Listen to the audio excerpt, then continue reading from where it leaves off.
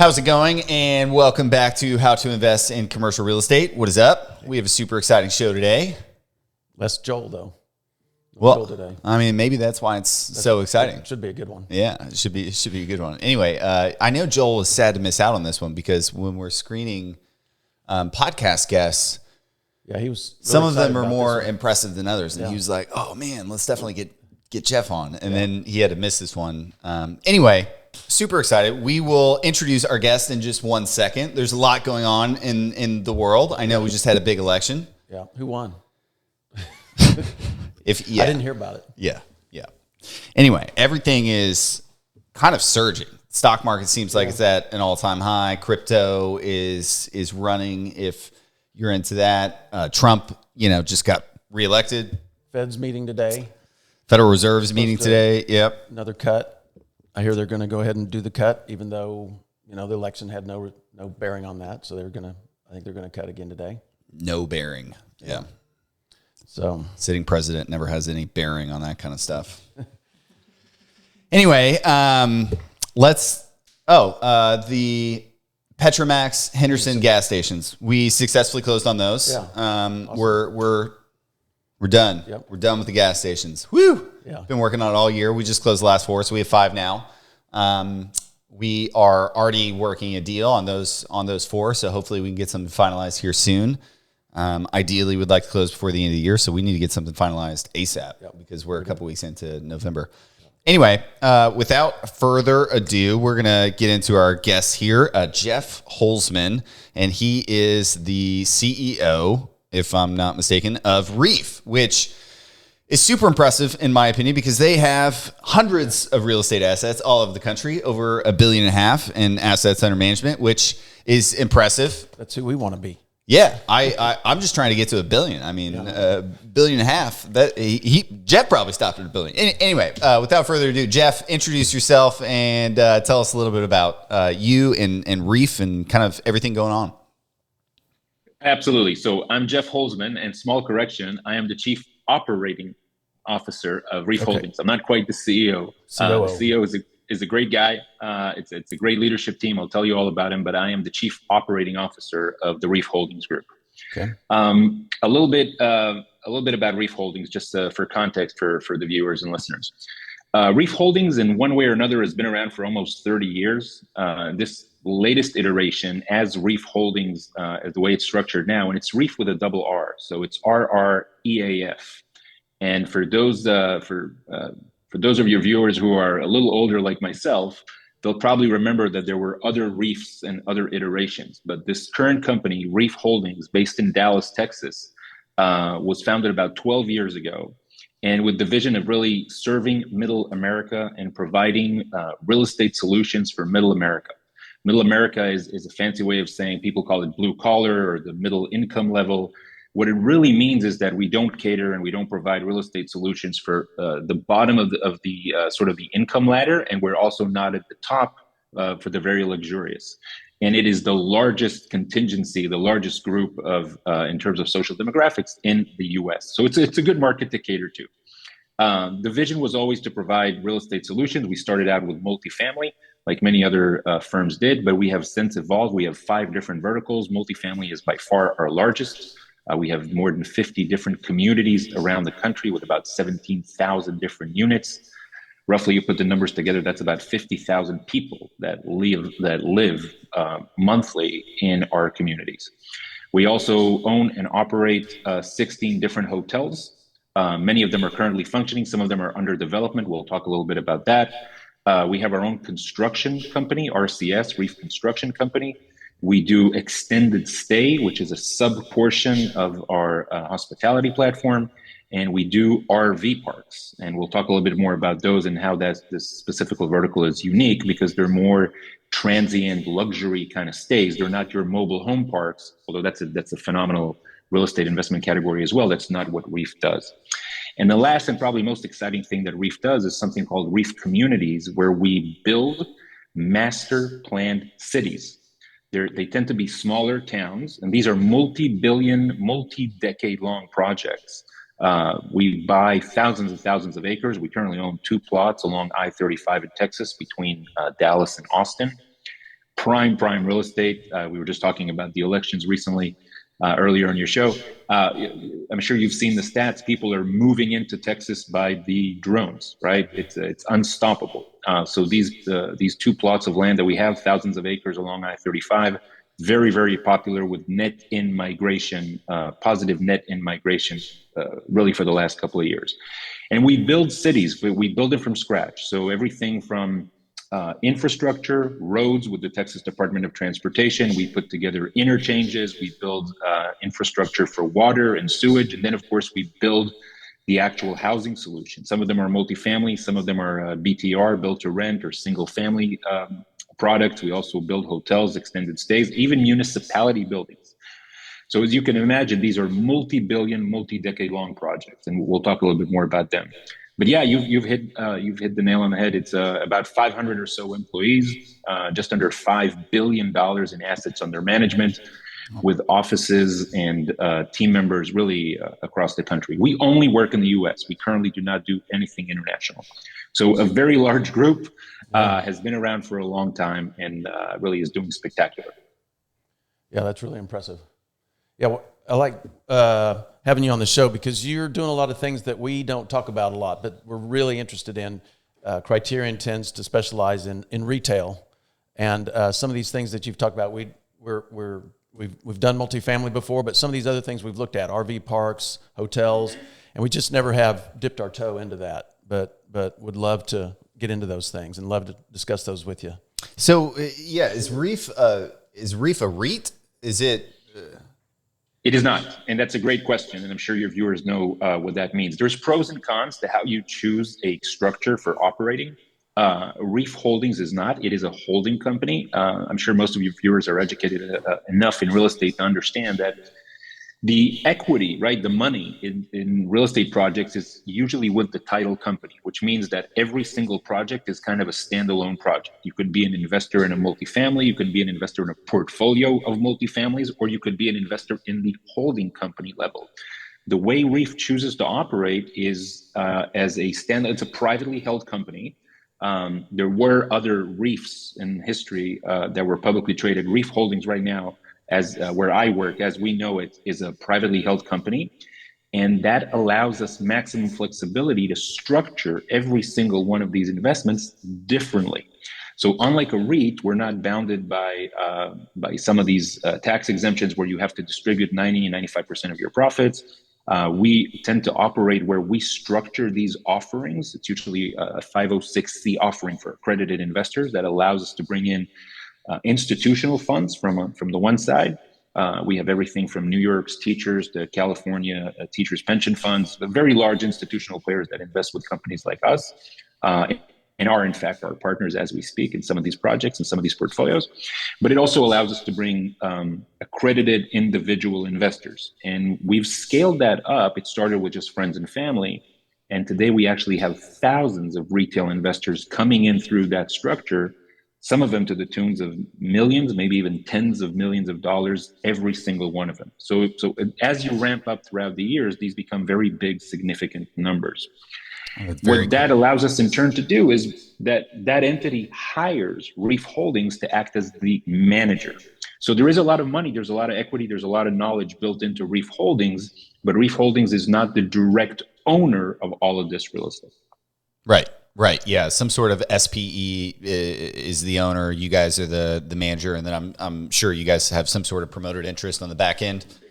Exactly. So exactly like you said. So these are special purpose vehicles that we put together, every single one of them individually. In some cases, it's a portfolio. So when I say SPV, it could be 20. It is in some cases. We have a portfolio called TC21, the Transcoastal 21 portfolio.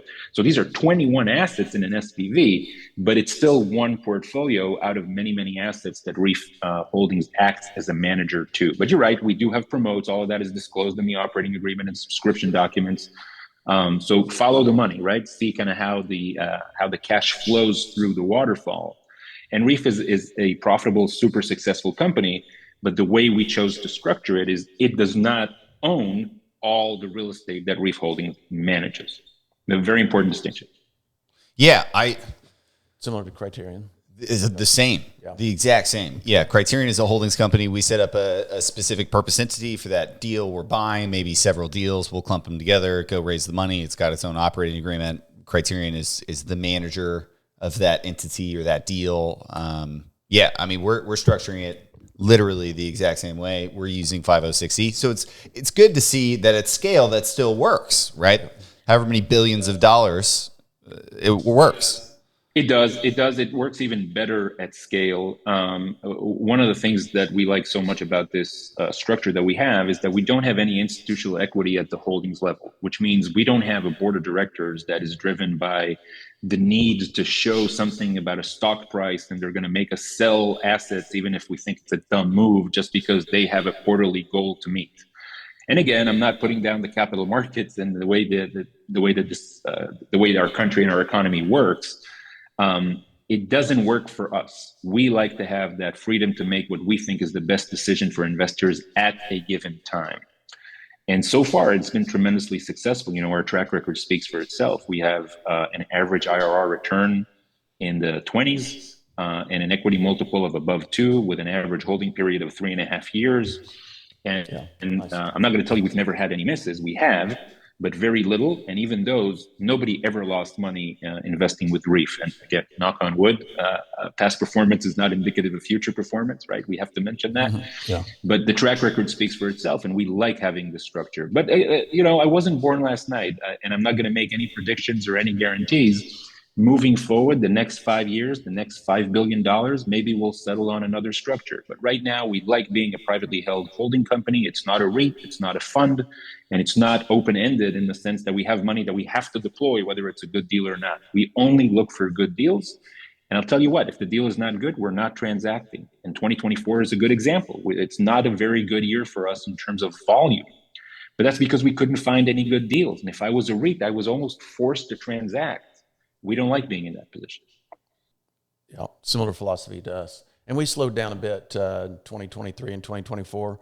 We went to some development projects to try to keep the deals flowing. Are most of your deals cash flowing deals where you're sending out distributions to your investors, or? Yeah, so historically in the multifamily vertical, that is, it's one of our criteria, right? It's something that we look forward to, and that's how we structured the deal. We were very, very fortunate. There's some wisdom that goes into that, but I prefer to thank our lucky stars rather than pat myself on the shoulder. And I will tell you that most of the deals that we structured, 99% of the deals that we structured in the multifamily vertical, were with fixed long-term debt when the interest rate was low. Yep. I'm talking low. I'm talking between 2 and 3%. So that's low. Wow. Bingo. So we are still, and I'm not going to tell you that interest rates don't affect us. They do, because they affect everything from your residents' ability to pay the rent and perform and execute on leases, to the cost of labor, to sometimes the cost of capital expenditure, the CapEx work that we do. But for the most part, they affect us indirectly. The more direct relationship, we're hedged against it, right? Because we have a fixed long-term debt at a low interest rate. And that means the debt actually became an asset because this debt is assumable. So I can tell you that I filtered calls from very well-known groups, mostly in places like New York and California, that call me almost every week saying, will I sell my portfolio with the debt? Because it is cash flowing, and it's assumable, and it's going to continue to cash flow regardless of interest rate for quite a while. So we're in a very, very good position with those portfolios. Yeah, nice. So you said you have a wide range of investors, from massive teacher pension funds to retail investors that may give you hundreds of thousands or 100,000.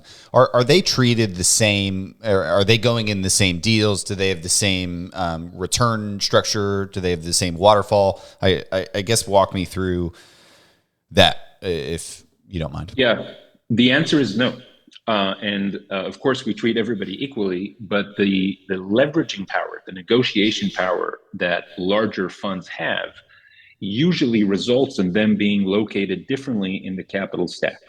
So we would use some of these funds that we talked about in a pref equity position. So let me back up for a minute and give you kind of the basic capital structure of how a deal looks like. And I'm not talking about one specific deal. Yeah. but just in general. So if we're buying a multifamily portfolio, this would probably range in the hundreds of millions of dollars for a single transaction, maybe up to $1 billion.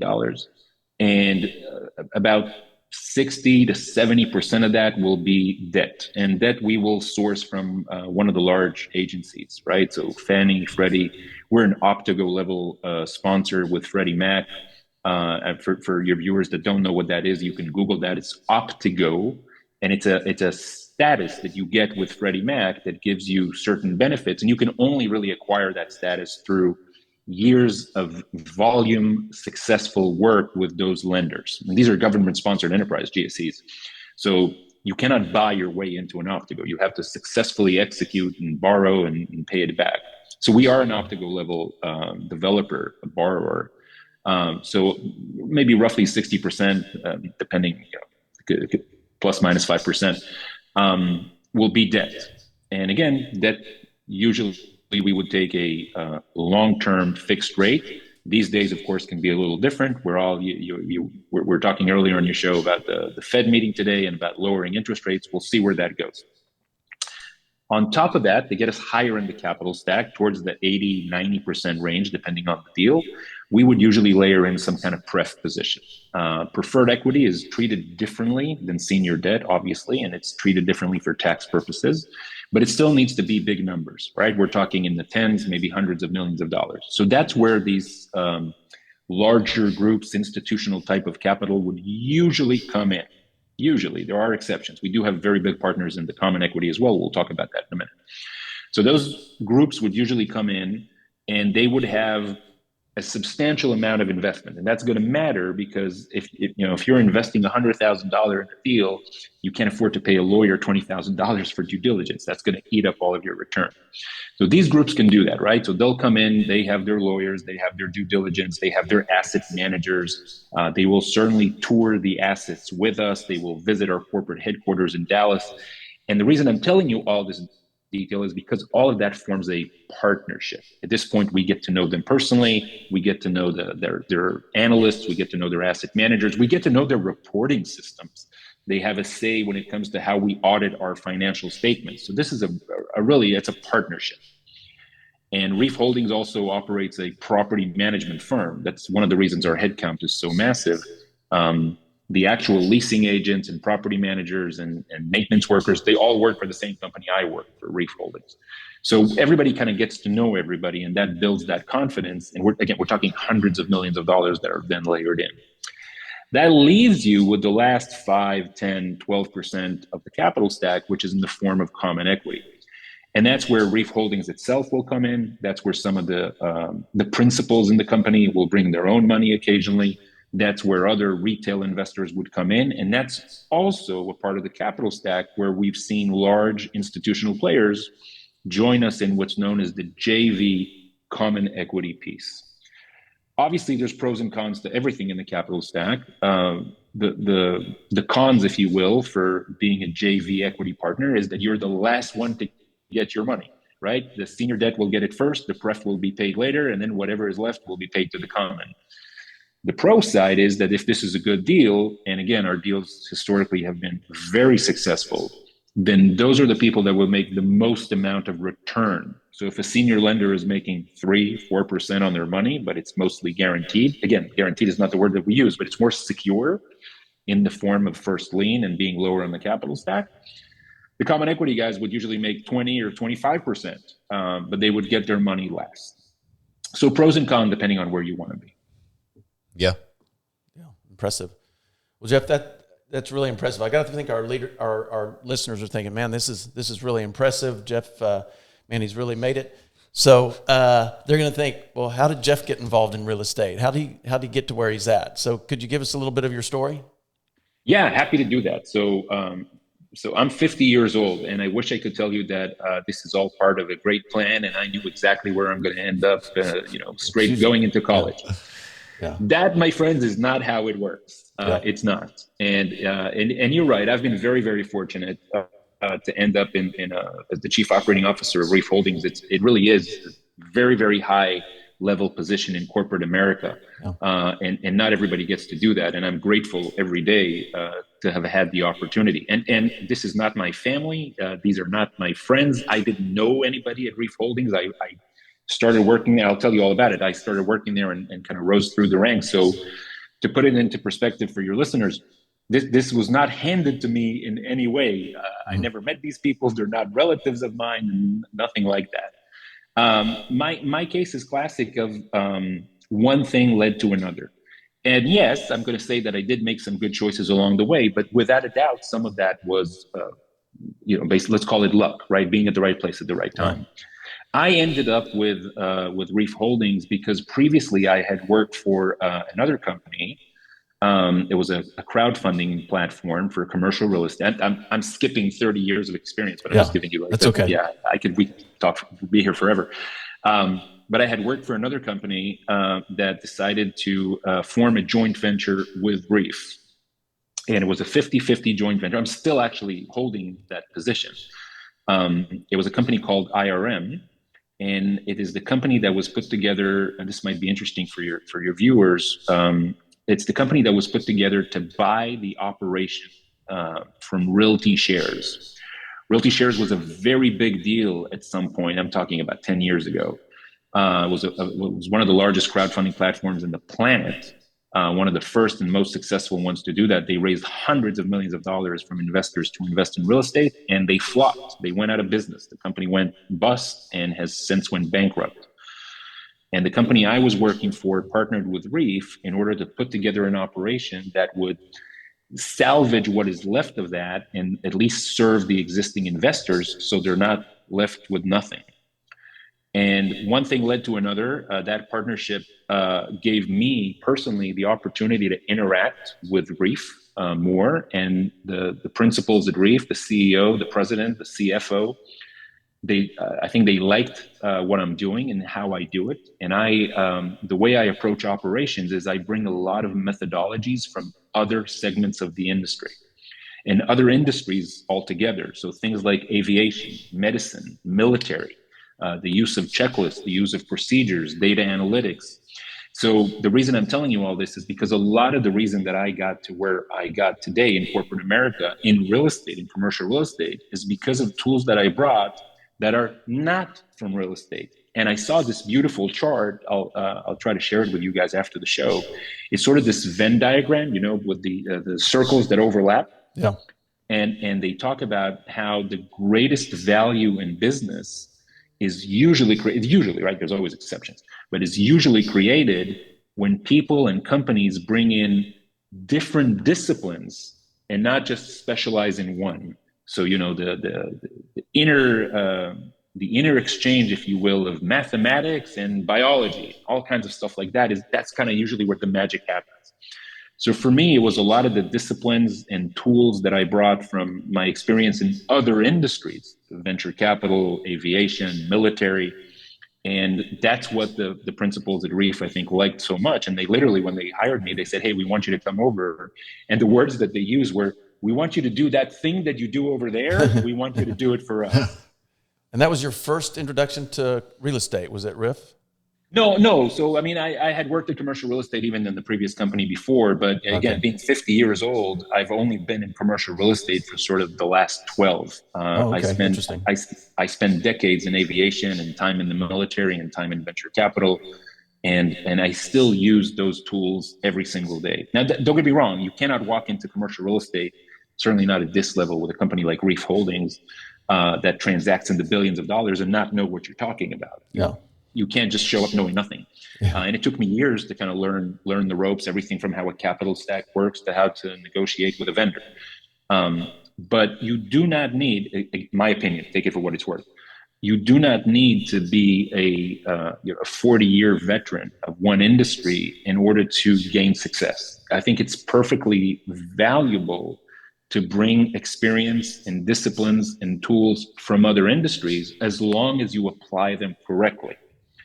And it's, again, I've been very fortunate to be so successful in this industry with such a brilliant, large company. But much of it has to do with bringing in disciplines from other industries. And we've implemented that in operation. So REAF today has a a set of checklists that everybody from our asset managers to our property managers to our lawyers to our accountants and our marketing team, everybody uses. We brought that on from aviation. We started using tools like Footprint for training, which is something that I've learned in the military. So we were able to hire people and literally give them a form that says, hey, you need to go train on these things, go meet this guy in this room number. Mm-hmm. But we've implemented so many tools into some of the data analytics tools that I have seen in my other work. We've implemented that at REAF. We have a whole set of dashboards on Power BI. We can drill down to every single one of our assets and see, if it's one of our hotels, I can tell you what the daily rate was last night in any one of our hotels. And I can do all that from my iPad, being anywhere in the world.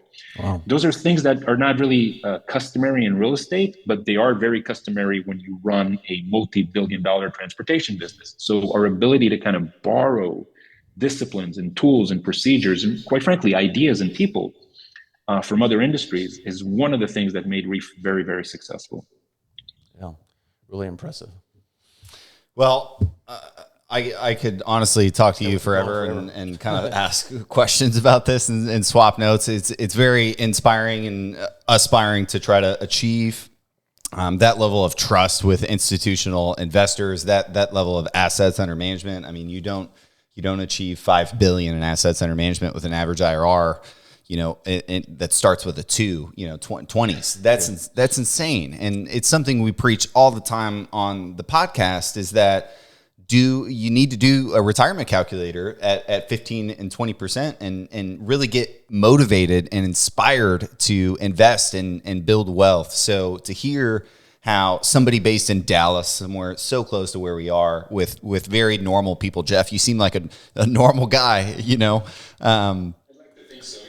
So it's maybe above average intelligence, but absolutely through decades of experience and going through life with purpose, going through life with your list and doing things how they're supposed to be done, not subpar. So anyway, it's inspiring. I think hopefully it's inspiring for the people listening to this that billions and billions of dollars is on track to have an average IRR of above 20%. You've done it for so long. And again, don't get me wrong, this does not happen overnight. And I don't want your listeners to kind of take away, this is not a lottery, right? You don't start doing something and get to billions of dollars overnight. And this is not, I'm happy to be the focus of this podcast, but it's hardly just me. There's 500 people that work for this firm. 100 of them work with me on the same floor in our corporate headquarters.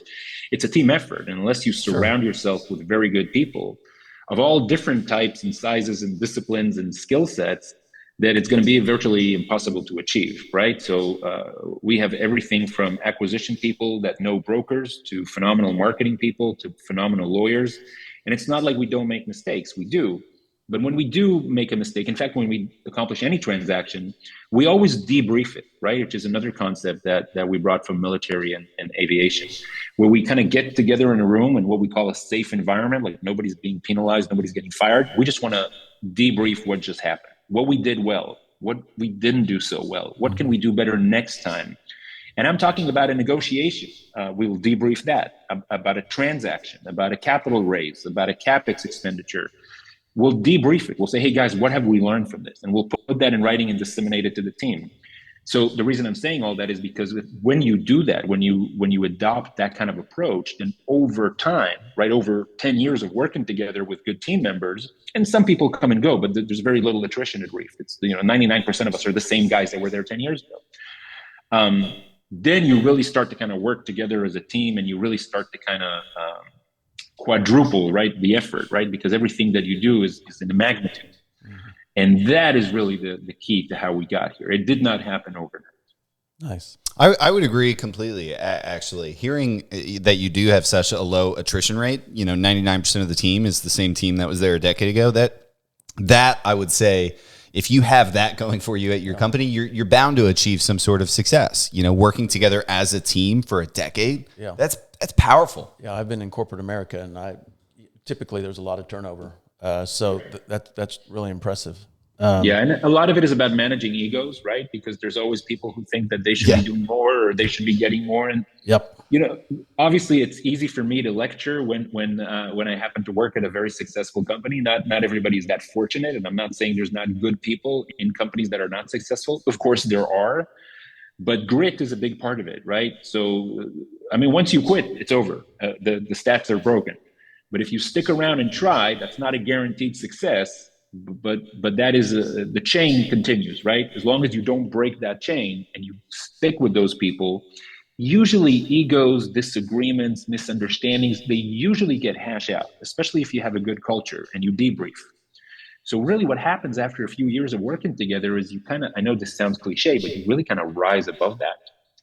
Where there were a million opportunities earlier on to leave and say, well, the hell with these guys, they don't understand how great I am. But you got to put all that to rest. If you're with a group of people you believe in, it's probably worth putting ego aside and working through issues, and there will be issues, because longevity means something, right? When you work with a lender, when you pitch to investors, when you negotiate with a broker, they're going to look at your track record. Like, how long have you guys been in business?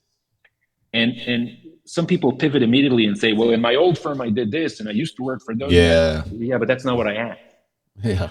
So when you show up and you have, 30 years of a brand behind you and 15 or so years of working with the same team, showing consistent success, that means something. And I think that goes all the way back to our core DNA, right? You kind of trust people that have been there for a long time. There's a reason for that. So that has been definitely one of the many factors that led to REAF's success. Yeah, nice. Well, we've gone a little over on time, Jeff. We're gonna have to end it. We may have to grab coffee next time I'm in Dallas and catch up. But thank you so much for coming on the show. Hey, tell us. I'm sure people are interested. How can they learn more about REAF Holdings? Yeah. I just Google us. It's REAF Holdings. It's REAF with a double R. There are many other variations of REAF out there, but we're the RREAF.com or REAF Holdings. Right. If you Google it incorrectly, Google will probably correct you. That's one of the other benefits of being around for a long time and being a good company, a big company. Go to our website, guys. I mean, this is where it all starts. We actually have a YouTube channel that we call REAF Academy. Where I have made some lectures, and many of our other professionals, our property management leadership, our legal counsel, our CFOs, everybody, I shouldn't say everybody, but many of our executives have given like an hour-long lecture on how things are done in REAF and how to approach commercial real estate. That is completely free. It's content that we started we started it out internally, and we decided eventually to kind of open it up for the masses. So that's the REAF Academy on YouTube. Mm-hmm. We have tons of material on our website that shows you who we are, how we operate. We have at least 10 to 15 interns every year. Many of them end up coming to work for us in one of our locations. We're constantly hiring good people for different roles. So look us up, follow us on social media. And again, we're not selling anything to you. I'm just saying, if you want to learn, if you want to stay engaged and involved, start by looking us up online and continue by following us on social media. You'll see what we do. You'll see where we hang out. And come meet us. Come meet me. If you're in Dallas, reach out. Try to set up a time to meet. We're constantly sponsoring conferences. I'm in one right now in Florida. There's plenty of opportunities to find us. We're very accessible and approachable. So just give it a shot. You'll probably succeed. Awesome. Well, much appreciated. Again, thank you so much for coming on. We'll let you get back to that conference in Florida, and hopefully we talk soon. Much appreciated, Jeff. Thanks for having me, guys. Take care. All right. Thanks, guys.